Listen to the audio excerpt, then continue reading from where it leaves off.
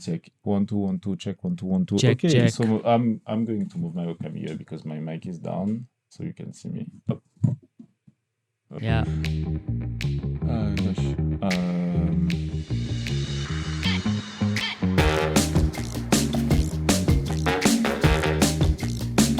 I am recording.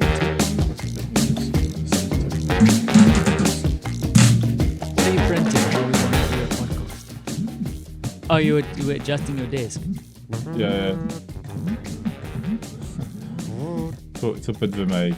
Okay, you see the top of my head, but at least the mic is. Dude, that looks funny as fuck.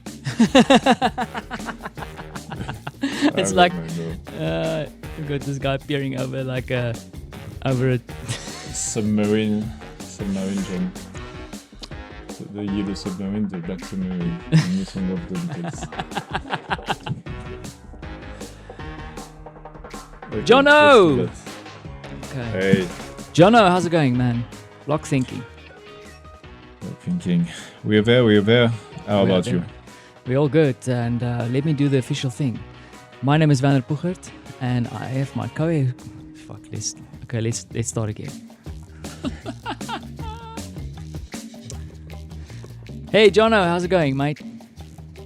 I'm all there. How about you? I am good, and for you listening to this or watching this, this is Block Thinking, and my name is Werner Puchert, and my co-host is Jonathan Gal. Yeah, and we are two dodgy guys living in Poland, just making a living as creative entrepreneurs as Jonathan slips away in his water. Great audio special effects there, mate. And also, for you who can't see this, when we started the recording, Jono had his desk high up. I had, remember there was this TV show. I don't know if it was ever in Poland, but it was, what was it called? Tool Time or Home Improvement. Do you remember Home Improvement? And there was one of those classic American things. And there was this, in the show, there was this guy who used to stand behind a fence. And you only saw his eyes ever in the show. You never you never saw his full face. Only his eyes. Okay. And you reminded me of him, dude. For you who know when we're talking about Home Improvement, you'll be laughing. Jonathan is not laughing. Anyway, that's nothing new. My stupid joke. I used to watch AGTV a lot. Mm-hmm. You know, this TV channel focused only on improvements, and you have this was a sitcom, dude. It wasn't it wasn't like a reality TV show. I think Tim Allen or someone was like the head guy. Okay, so you will be responsible for finding that for the show notes, right? Yeah. I'm really curious now. I'll send you a photo of that guy. We'll maybe make that guy the cover photo of the episode. Like Jonathan peering over the fence.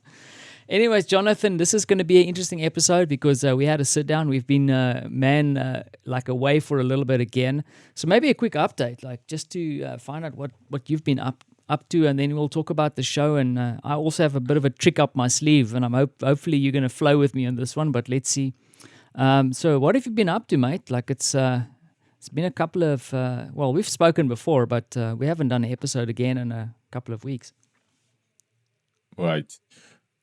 On my side, still working for my startup. The startup I'm working with in West Africa. Mm-hmm. Things are tough. I guess everybody listening to this episode in end of June 2020 will say that things are tough for them too. Yeah. So we are in B2C. So we're directly impacted by the event. So right now we are in survival mode, and we'll see how it goes. So lots of uncertainty there, and we are doing our best. And on a personal level too, it's had been a couple difficult months. Mm-hmm. There were, I don't know, for those of you listening to that in the future, things got crazy those last 2 months. On top of the coronavirus, we started to perhaps finally raise social issues, and one of those was BLM, and and I got more or less involved. I mean, I wasn't down the streets or anything, but I posted on my social networks. Werner, you probably was like, what? Jonathan posted on LinkedIn? It's been what, 4 years? I actually haven't seen it, dude. But yeah, the fact that you're telling me that you actually posted something on LinkedIn surprises the Yeah, hell out of me. yeah. And same on Twitter and all of that.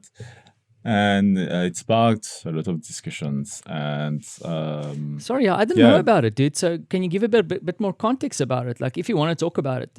So you made some social media posts, and did you get some kickback on it, or what happened? oh, I thought I told you about that. I Okay. know you mentioned to me in the previous conversation that you were a little bit, like there was a complexities, but I didn't. I like honestly, I didn't know that you were actually out there. I mean, I know that you're quite active on Twitter, but I didn't know that you actually popped into Yeah, LinkedIn and because I've been super silent on Twitter recently. I posted twice about the situation. Then I just I deleted the application from my phone because I was getting too angry and unproductive. mm-hmm. So I've been off social media since a month now, probably. And before that, what happened is that I posted on LinkedIn, and I received there's a guy that sent me a mail telling me that I'm a badge of what he told me. Yeah, I'm seeding 8 and all this kind of shit. Yeah, all life matter what. Oh man, And yeah, so I got people around me also trying to explain neo racism, which was a cool experience to have. Yeah, so I would say that I didn't have a big circle of people around me. That circle was cut, uh-huh. like majorly cut, and it put me a lot of clarity. Um, I'm realizing that for a lot of people, I was the non-threatening minority, you know, Yeah. the cool black friend. And now they realized I'm not, that I'm like everybody else, that the folks that they are calling thugs are my cousins, my parents, my brothers, my sisters. Yeah, your difference doesn't work anymore. So yeah, it's been emotionally something to manage. So when you manage all of that on top of your work, yeah, it's pretty much really, really, really consuming. It's also And emotionally draining, since right? yeah, It's a it lot of is, things. it is, Pandemic, BLM, everything happening one play, yeah, on one it shot. is, it is. And fortunately, I'm blessed. I mean, there's no reward to have an amazing partner, and I was able to discuss with this art with her. Um, so my little brother, same thing.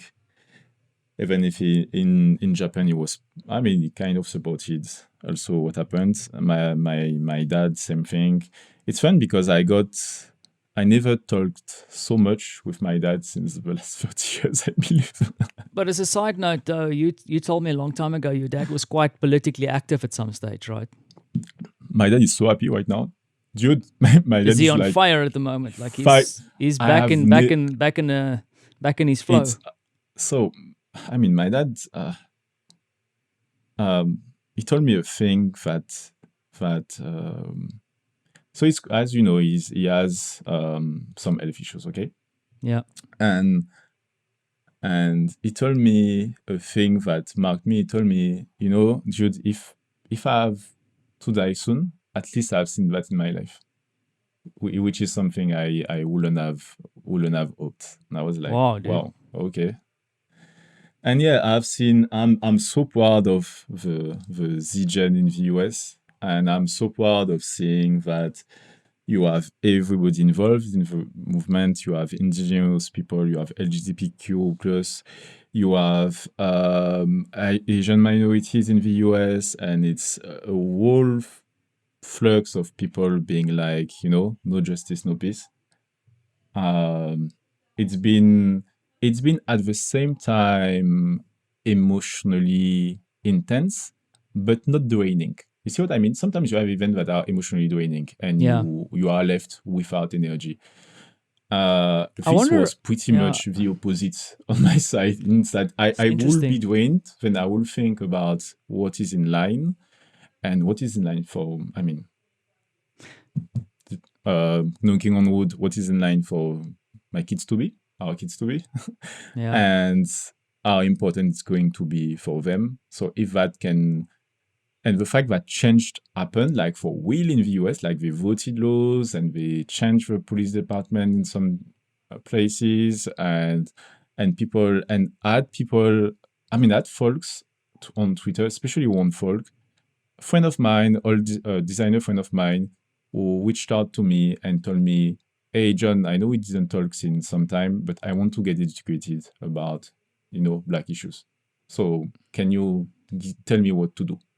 So give me books to read, give me association to take part of." And it made me so, I won't say happy. It made me so fiery. Can I say Yeah. that? Yeah. You Yeah. know? Yeah. Fired up. Yeah. it, Energized. and I saw all most of my friends are in the US. I mean, design folks, and I've seen them, going to manifestations, moving, and first thing first, I was like, yeah, my Twitter people are good people. That was because I've seen all of them going, moving manifestations, supporting everything. I was so proud of them, especially I don't know. I know we probably don't listen to me, but Stephen, Jordan, big up. And I've seen, and yeah, my partner was incredibly supportive. My brother-in-law basically went to a manifestation in Warsaw, and I was like, dude, I was I mean, I was scary for him actually. Okay, Yeah. Yeah. It's thank you. I appreciate. So he went out. He went to Warsaw to manifest. And on my side, it's been a good time together with my family. A good time to talk with my parents. A good time to exchange with my brother, and we got closer at the end of the day. We got That's closer. I great. wouldn't have believed that would be the event. I was expecting my wedding to be the next event in which I would get Yeah. closer to my family. Man. Um, However, that was the event. So now, as a guy said, a guy we are following said, so buckle up because we are just starting. Yeah, so I mean, this is a question kind of like floats around in my mind, John, from your perspective, right? Do you think? I mean, no, it's not about me. Like, do you think this has got the momentum to continue going? Do you think it's like we've seen this kind of starting to fire up? Probably the first time with Rodney King starting to try and get momentum, and then it kind of fizzles out or gets appeased in some way. Do you think it's going to carry on? Do you think that this time we actually have the momentum to actually push through and make real change happen? Okay. When it's about that, we are not going to, make the world much better in one go. That's not going to happen. In 20 years, racism will still be part of our life. Racism Yeah. and xenophobia and segregation. All of it will be part in our life. What I see, though, is, you know, to quote, He's going to fetch a book. you well know how, so we are for Sapiens. Yeah. It's going to be a generational change that's going to take time, but there is going to be change. And I do think that it's one of those moments. I do think that the fact that it's the first time in my life that a white folk reached out to me to understand my issues. It's the first time that wasn't exactly close to me physically to understand my issues.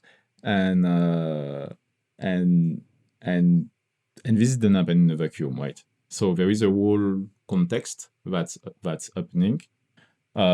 Things are actually moving in the US, and I'm extremely supportive. And I'm seeing that BLM became LM. I've seen indigenous community and Aboriginal communities in Australia using the movement for themselves.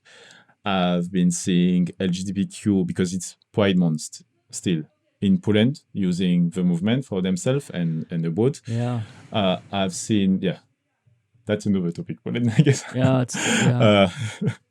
I've seen Latino and Chicanos in Los Angeles using the movement for themselves. And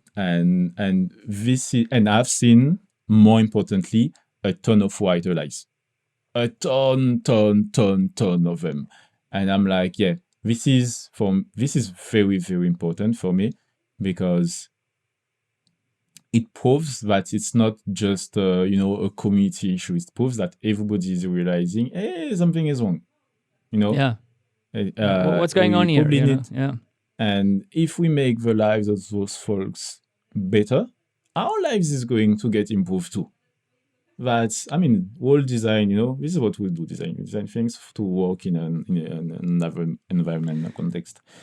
So I do think there is going to be change. I don't expect racism to disappear. Okay, let's be clear. We both kind of we live in the realities of the world, right? Yeah. However, I do think that it's going to make the place a tiny bit a better place than 5 years ago. Yeah, because scrutiny is going to get better. It's this kind of, like the civil rights movement. It's going to be step by steps. Things are going to improve step by steps, and I do think that it's one of those improvements, especially what we are going to try in Minnesota to basically reshape the police department to make it less Missy Mikil and more like what it's supposed to be, a supportive tool for the community, serving the community, them. Exactly, and use some of that money to prevent crime in the first place. I don't know if you saw the graphs between the budget of the police and education, and it's crazy. So we'll see what happens. It's a huge experiment that's happening.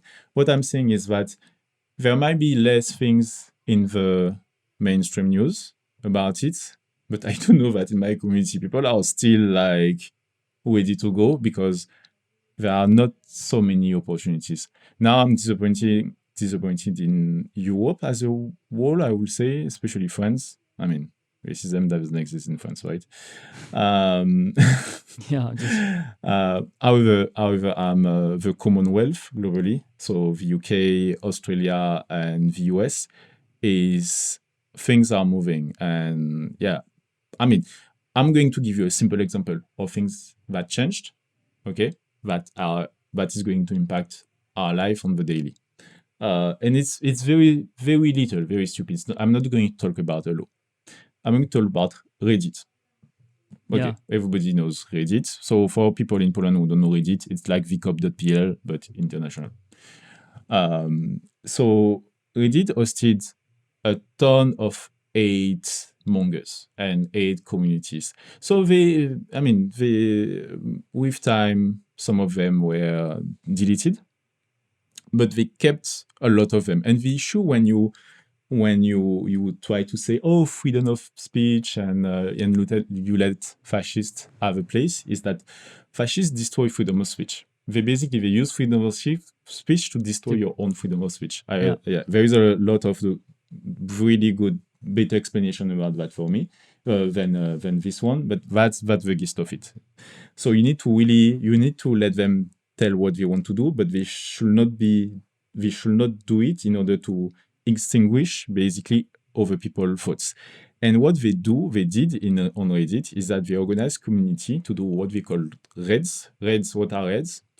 It's an internet thing when you see somebody telling something you don't like.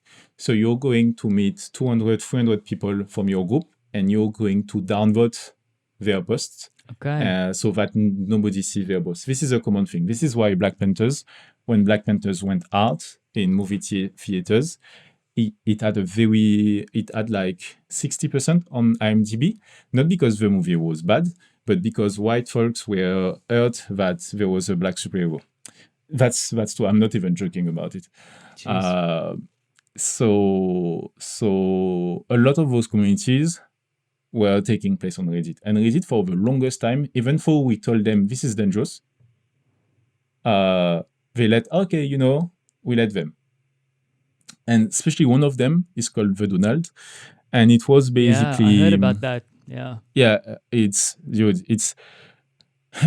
they would, anytime you will post something that will criticize hyper-conservative view, they will ban you. So much about freedom of speech, But on their side, they will go on other communities and spew their hate, and we wouldn't ban them because we are like, we want you to talk. But yeah, it doesn't work this way. It just doesn't work this way. So the CEO of Reddit resigned a week ago. Yeah. And he said that Alexei Ohanian, and he said that this is what I'm, not 2 weeks ago, this is what I'm going to do. Yeah. And I want Reddit to hire a black CEO because he still have part of the board. And they hired Sibyl, who was the CEO of Y Combinator. So Y Combinator, for those who don't know, is the biggest VC fund. Not the biggest. I think it's still Andreessen. It's one of the most known VC funds in the Silicon Valley. They finance little companies like Dropbox or Stripe, little startups. Little ones. And Sibyl is now. And one of the first steps they did is that they ban all hate-mongering communities. So they ban the Donald, they ban all the queer communities, all the misogynist communities, all the red pill communities, and all of that. Because we are saying that it's not about freedom of speech, it's about weaponizing voice to prevent other people to express themselves. This is one of the reasons why I didn't want for the longest time go to YouTube, because going on YouTube and saying things as a black folk is you're going to take so much hate in your face, so much hate that I have enough issues. You see what I mean? I don't have time to see people calling me a monkey on the internet. I have this happening in real life, So I honestly, I'm like, yeah, that's okay. That's why a lot of people, a lot of black communities don't use mainstream social network right now. One of the fun things is that the communities I follow are on TikTok, which is really ironic in a way, because it's a Chinese company that is hosting the Gen Z black activist resistance fighting the capitalistic this is getting white stranger by the supremacist day, system. Man. Yeah, you're right. So I didn't even think about that. We'll see what happens. So they tried to block voices, but yeah, we know tech, huh? So it's pretty fun. I'm tired, but not how to say that. I have a lot of energy to talk about it, to fight about it. It's just the whole context is a lot. That's why I deleted social media from my phone, because I really want not to get, I already didn't have news on my phone, as you know well. Yeah. But now I also took off a lot of social media because I didn't want to get, just pushed into this, especially that a friend of mine is really, really, really, really into the movement and trying to make me read stuff.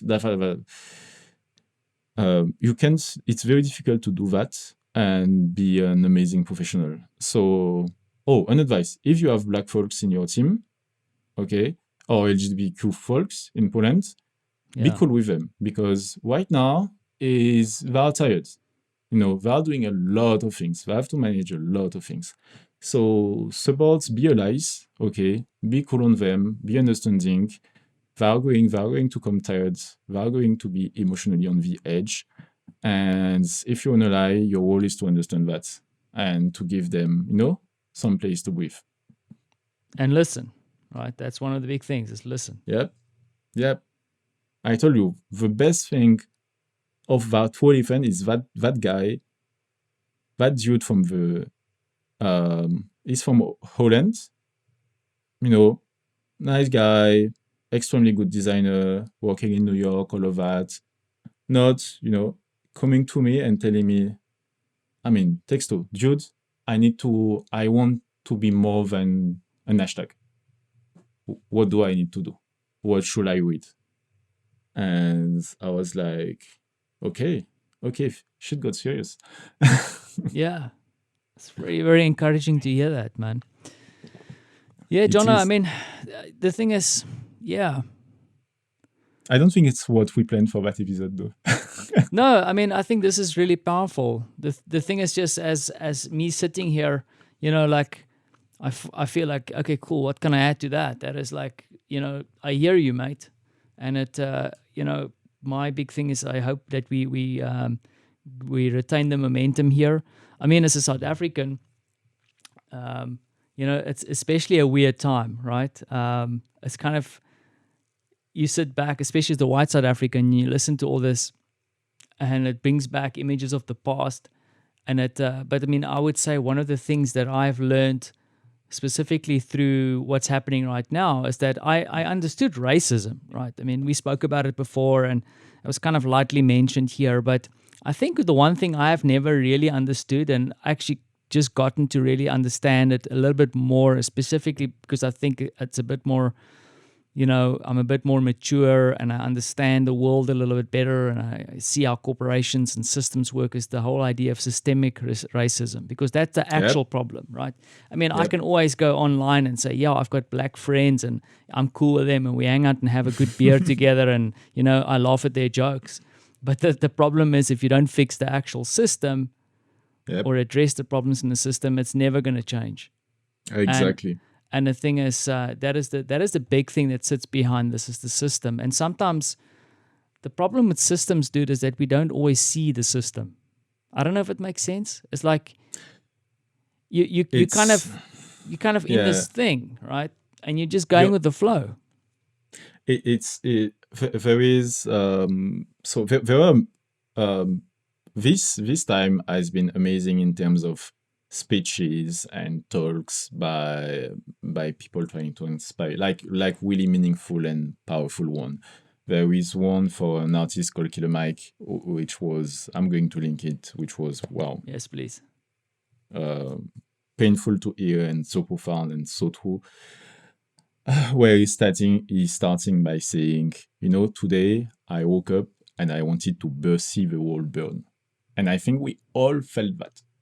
We all were like, okay, there is no point. And then you sit down and you're older and you're like, okay, how do we change that? So what my dad told to me, I don't have to tell it to my kid. I mean, I have no doubt that will happen. We don't have to go through the talk. We don't have to get in a stress mode whenever we see somebody representing justice.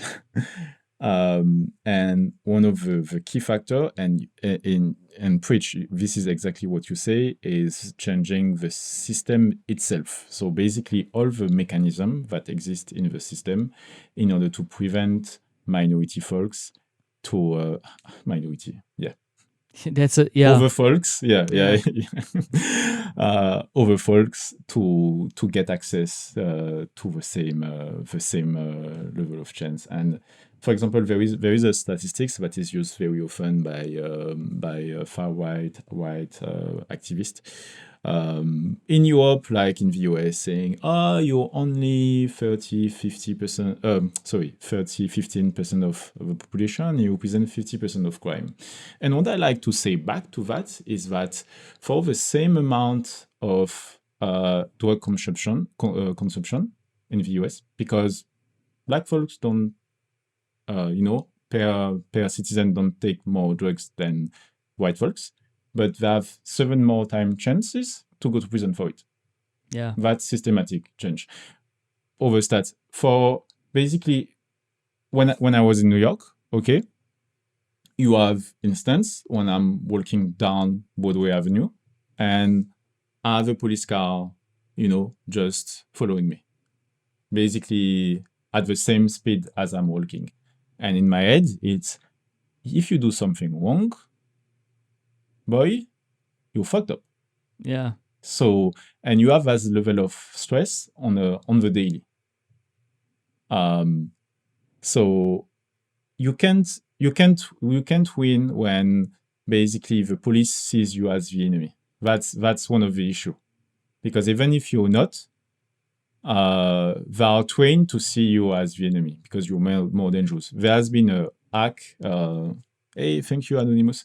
That hacked police systems files, and they showed how they are trained, like the trained documents telling them, oh, you have the right to have this and that and this and that. There is also a very good article on Medium written by a policeman, that is Confession of a Bastard Policeman, that is really, really good to listen. Jono, would you mind, like, we didn't discuss this, but like, and I don't want to cut your flow, but like, would you mind popping this, all these links in the show notes? I think this would be super valuable to do, mate.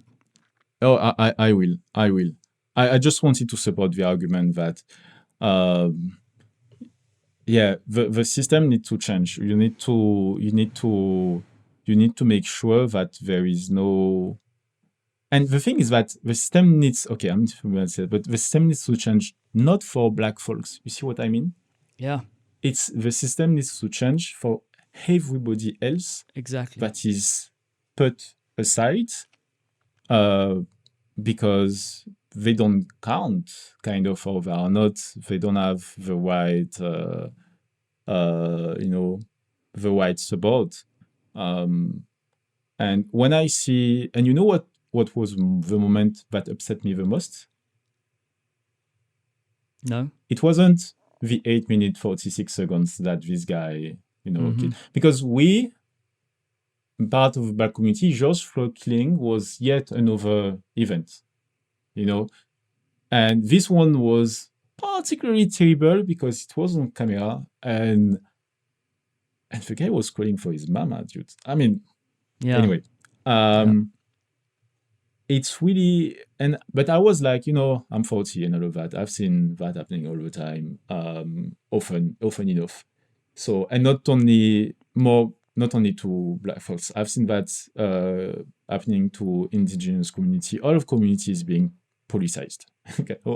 Can we call that politicized? Yeah, policed. You have been policed. Sorry. And the thing is, when media in Europe, okay, in the UK, in France particularly, I didn't really check Polish media because we have another context. So for those of you listening, we have Polish elections, which is another bag of hornets to manage. Yeah. So when I saw basically white dudes telling Americans that if we like to do that in Europe in general, Americans are stupid, whatsoever, but seeing them saying that, oh, the US, they are racist, they are the racist, they are the this, they are the that. And I'm like, dude, look at your own people. Look, France has been a repressive system, not since, US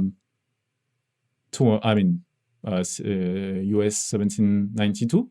Okay, but on what base was the US created? No, it didn't just pop out of nowhere. Yeah. You have the blood trail of Belgium, France, the UK is outstanding, and you have no right to tell other people that they are more racist than you. Like, this is the most hypocrite stuff, I believe. In France, it's been documented and over documented how people from Caribbeans, my community, and people from African origin who are French. We are not immigrant technically. We have seen that so, but technically we are not immigrant. Who are French have been, first of all, same thing as the US, over-controlled, over-policed, have been barred access to political roles. I'm going to just tell you one thing. Do you know there is the same amount, more or less, in population of minorities in France and the US. can you tell me one black French politician? That's a good point. No. And there is probably the same amount.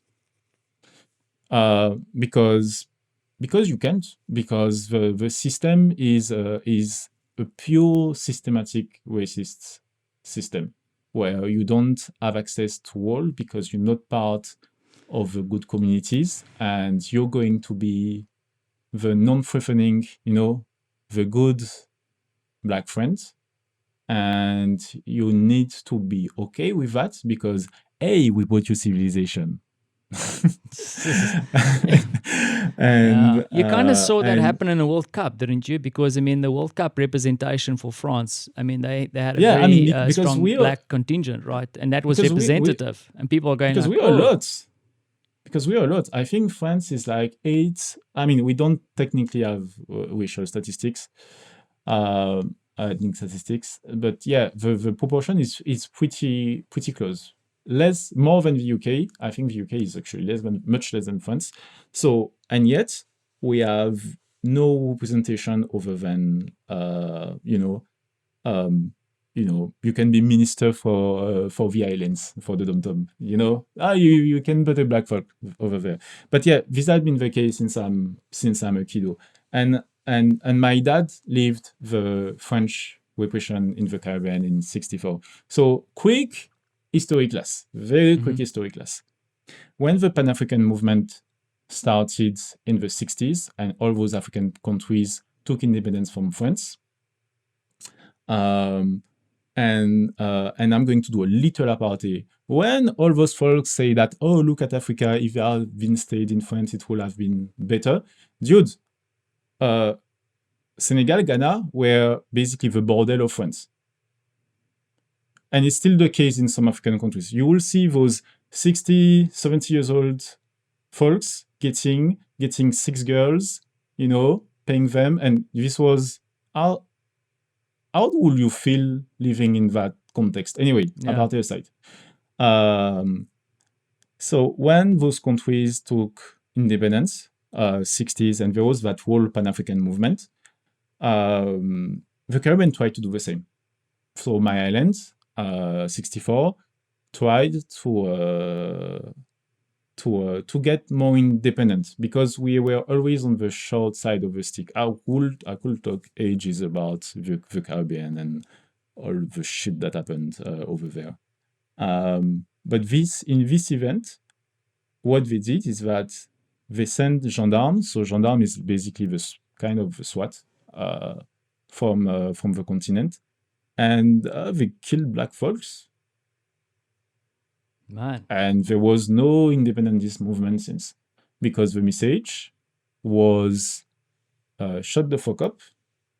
Okay, nobody cares about your lives, and it is how it is.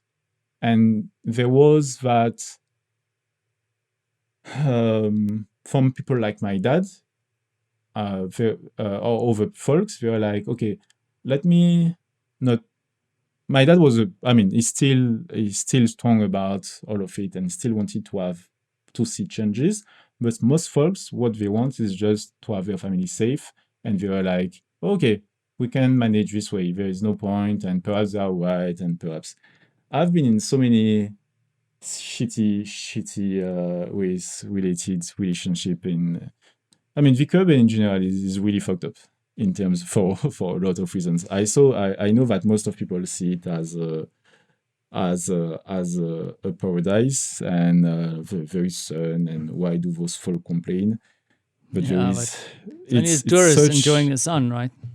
It's such a traumatic place for so many reasons, and when folks tell us, oh, you need to get over it and get over slavery or whatsoever, and they don't understand that my grandma was a slave. This is not like, and those traumas, they keep going, and family is afraid, and they see the news, and yeah, it's you need to be tough. Everybody needs to be tough to make it, right? I still do believe that when you're a minority in another country, you need to be this level of extra tough. I think you know what I mean. Yeah. Um,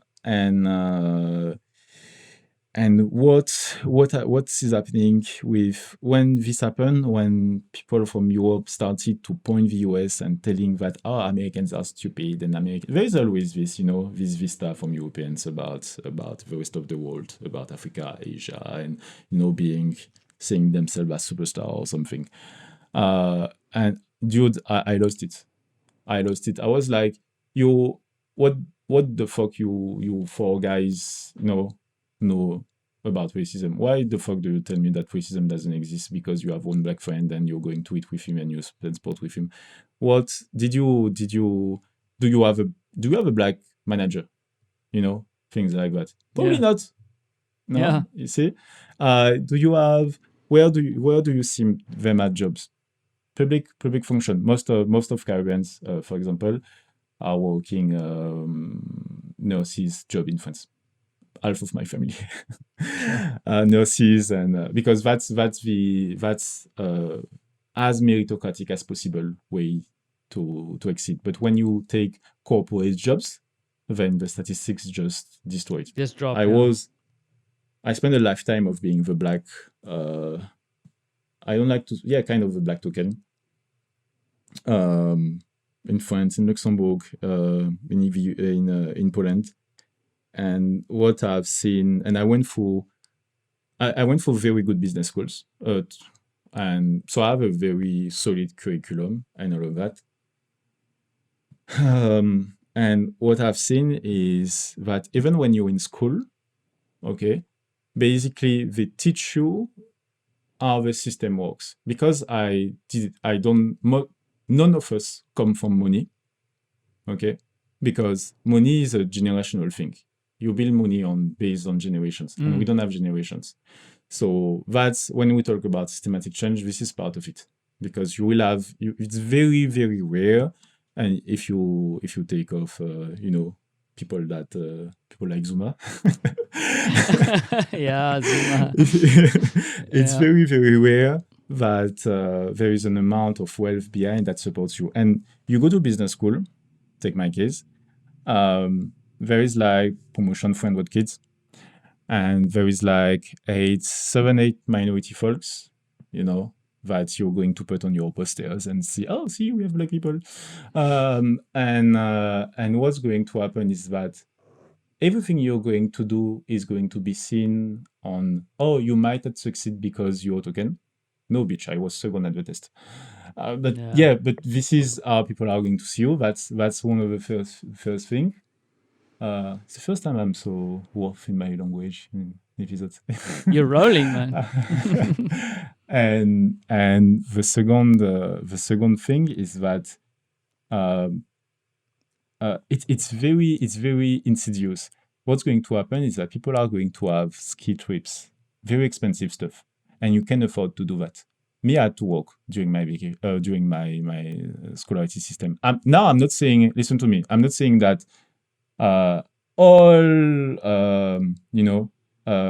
white kids are privileged and all of that, because even there you will have classes, and that's the class system above, but you will never have access.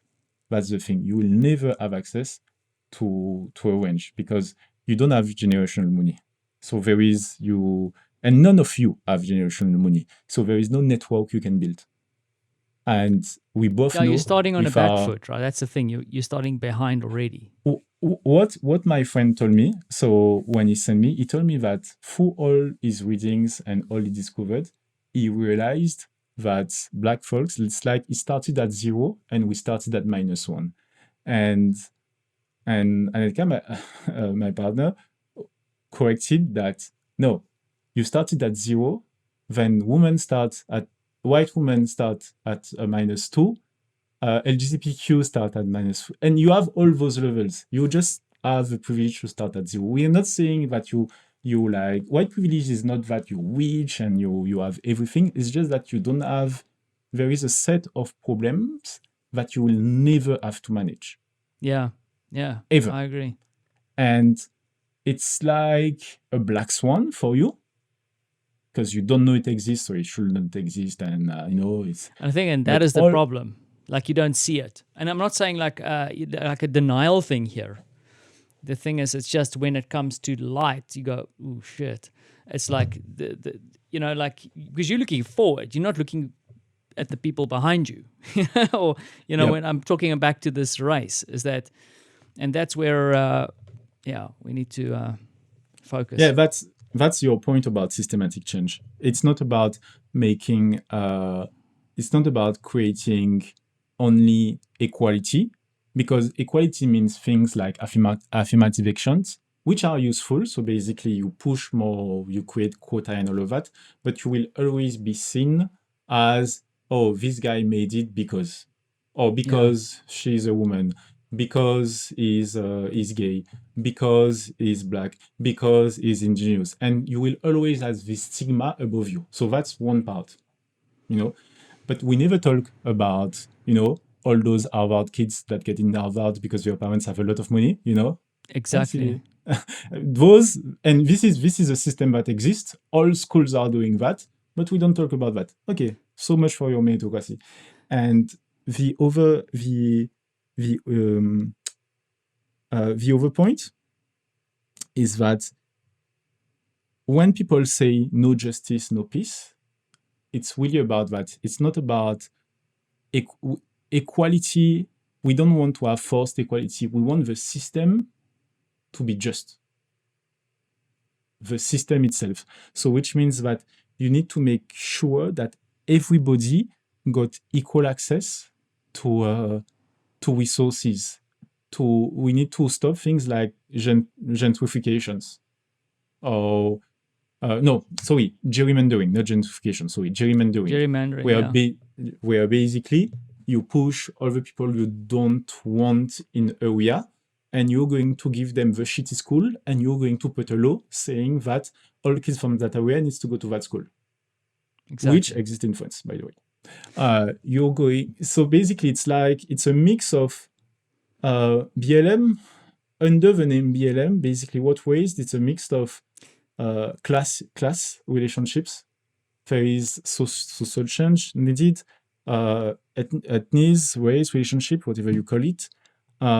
It's ambitious, but at least we talk about it. This is the thing that is the most inspiring. It's not that people went in the streets to go in the streets and to be angry at things. Okay, the slogan of BLM is no justice, no peace.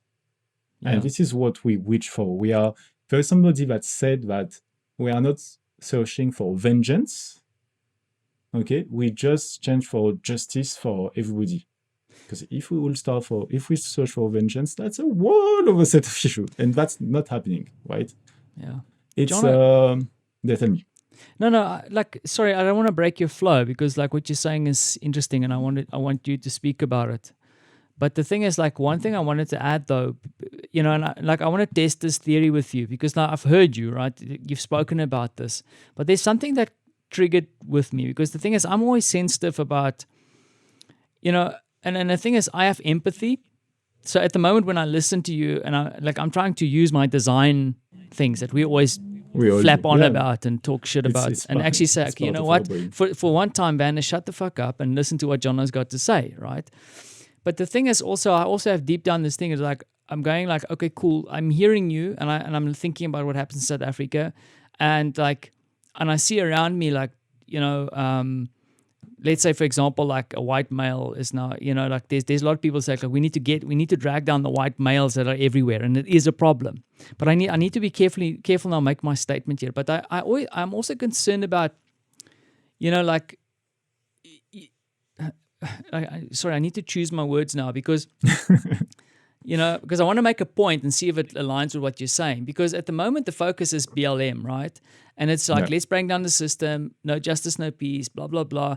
And then you have like little whitey me going like, oh shit, things are going to change, I'm not going to have things anymore, or it's my fault. But the thing is, what I'm hearing what you're saying, though, and I think this is where the big crux is, and perhaps this is what we all need to start understanding and start focusing on, is that, and I believe in what I'm going to say now, is that if we fix the damn system, And maybe it's not about fixing the system. Maybe it's throwing the system out the door. You know, if we fix it, we are all going to benefit, because we are all fools if we think the system is benefiting anybody except for a very few elite people. Exactly. That's why I love what you're saying, and you chose your word well. Yeah, I need to. That's why the BLM movement is very linked to the anti-capitalism movement. There is no one without the other. That this system was built based on a capitalist oppressive system, right?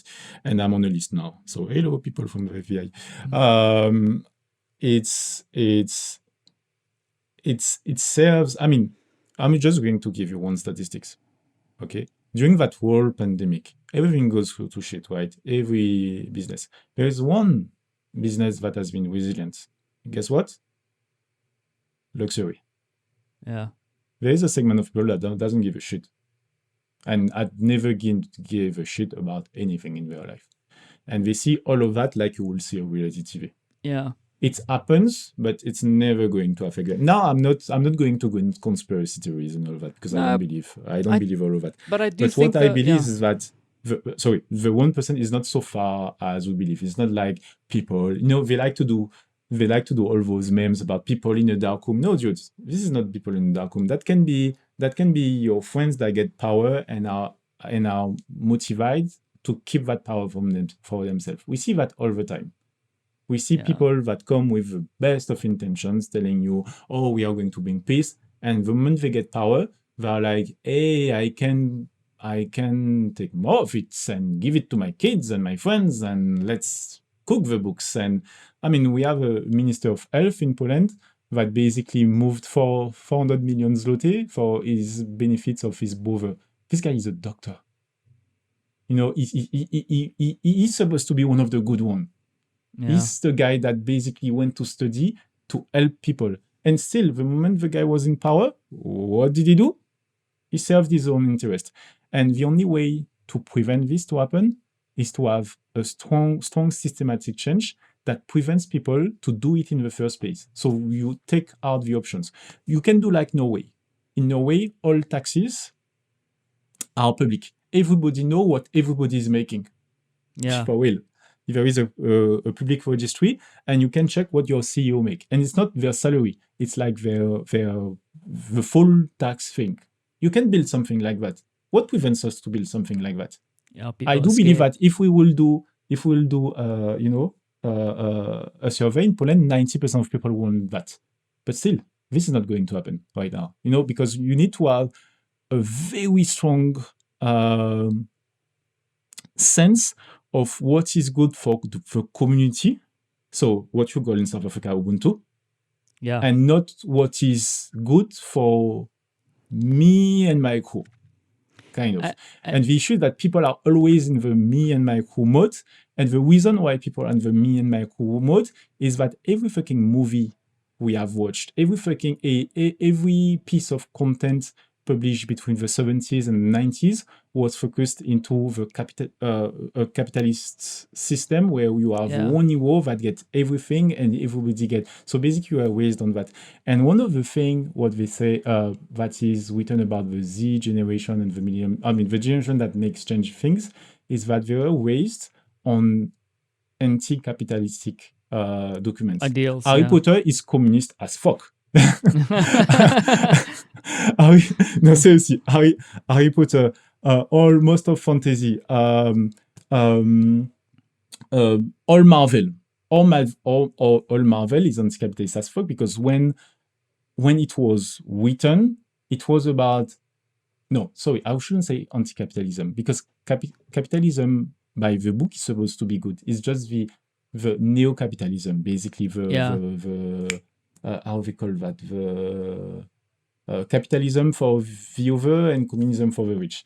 Exactly. Yeah. So that's why. And you have a generation that were raised on that and that believe and they have energy and they're young and they're like, okay, our dads, that generation, their dads were fucked over, okay, by the boomer, and they are growing up and they know that they are getting screwed because they are 20 to 25. The economy is shit. there is a pandemic outside, and they're like, okay, so whose fault is that? You know, sure, it's not ours. Sure, it's not ours. Let's blame China. Let's blame whoever is not me, whoever is not my system, whoever is not. And I think this is the one thing we all need to do, dude, because I think like listening to you, and I think we're digressing now like really deeply into this thing, and I'm going to leave this episode as it is. But as we start thinking about wrapping this up, I think what I've heard from you or what we've discussed is that we need to start thinking about the fact that actually, because I think this is a mistake a lot of us make, is that we think we are not the community. We are privileged and we're not the community. And if, yes, we are privileged, like I'm privileged, but the thing is we are still community. And we need to stop listening to politicians, leaders, whatever, who's trying to fool us from taking our eye off the ball. Because I feel like a lot of things that's happening currently in Poland, and sorry to say it, is that it's diversive tactics that takes people who are desperate to keep living and making a living and staying employed, taking their eyes off the actual issues that are out there, and saying, rather than, we should be actually saying, hey, let's address all these things, clean the slate and start from scratch, and say, let's all start at zero, I'm not saying we're all starting at 100 or 500 plus. Let's all start at zero. Nice. Nice one. Yeah, exactly. I mean, and I think the big thing at the moment is we need to educate ourselves and really like start, veering away from these bullshit memes and all these other nonsense, and like start. I want to say take action, but I also think like the one thing that I want to start avoiding is like taking action and like I'm doing now, flapping my lips, is like really hearing and understanding what is going on, like really understanding, because there's complexities. I feel daily like the wool is being pulled over my eyes all the time, and we need to shake this shit off and then reassess the situation and take action. There is same thing, knocking on wood. If we have kids, my kids are going to be mixed. We will have a white mother and a black dad. They will have coming from two different continents, and dad working for yet another continent. And we are going to have those tough conversations. I have those conversations right now with my cousins and my little cousins and all of that. And the only, to relate to just what you said, what we can do in terms of actions, basically we need to take into account what's happening right now, try to figure out how you can do good for you and your community, your direct community, first of all, always, but also your global community. Oh yeah. Because we at the end of the day, we all want to be just happy. And the issue is that for some folks, for them to be happy, it needs to go through other folks not getting happy. Consensus comes from dissension very often, and this is how you need to see the news, interpret information, read by yourself, like get in the history books, because this happened already multiple times. So get to know what happened in the Caribbean, in Haiti. Get to know what happened in South Africa. Get to know what happened in Rwanda. Get to know what happened in Vietnam. Get to know what happened when Japan opened the borders. Get to know about what happened in the US.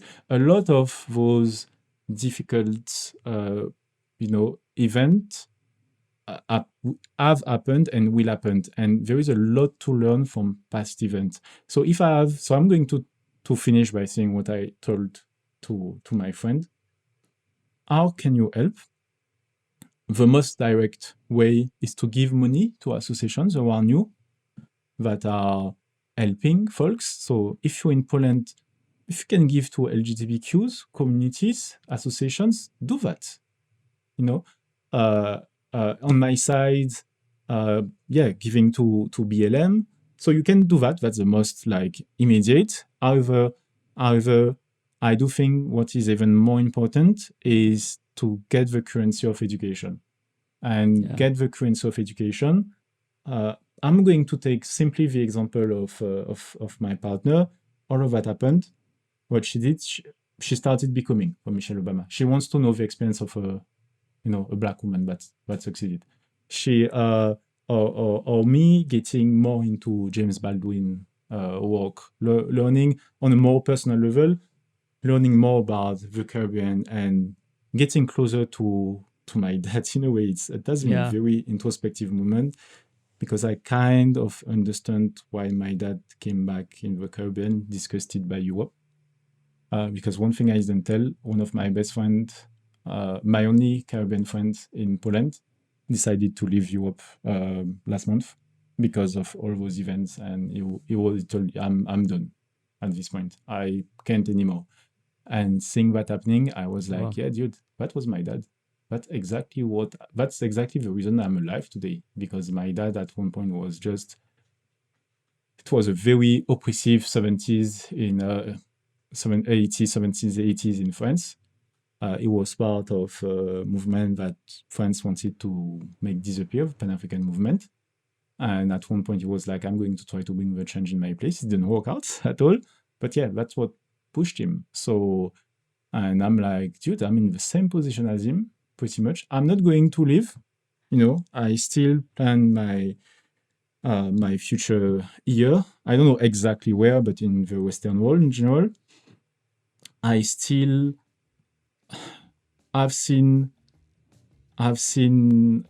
so many signs of hope and progress. I've been really impressed by some of my friends, my white friends. I feel I need to precise, that went out and they went in the streets in the US and they took risks and they took gas and all of that to defend my rights. And I'm like, yeah, we can get through this together.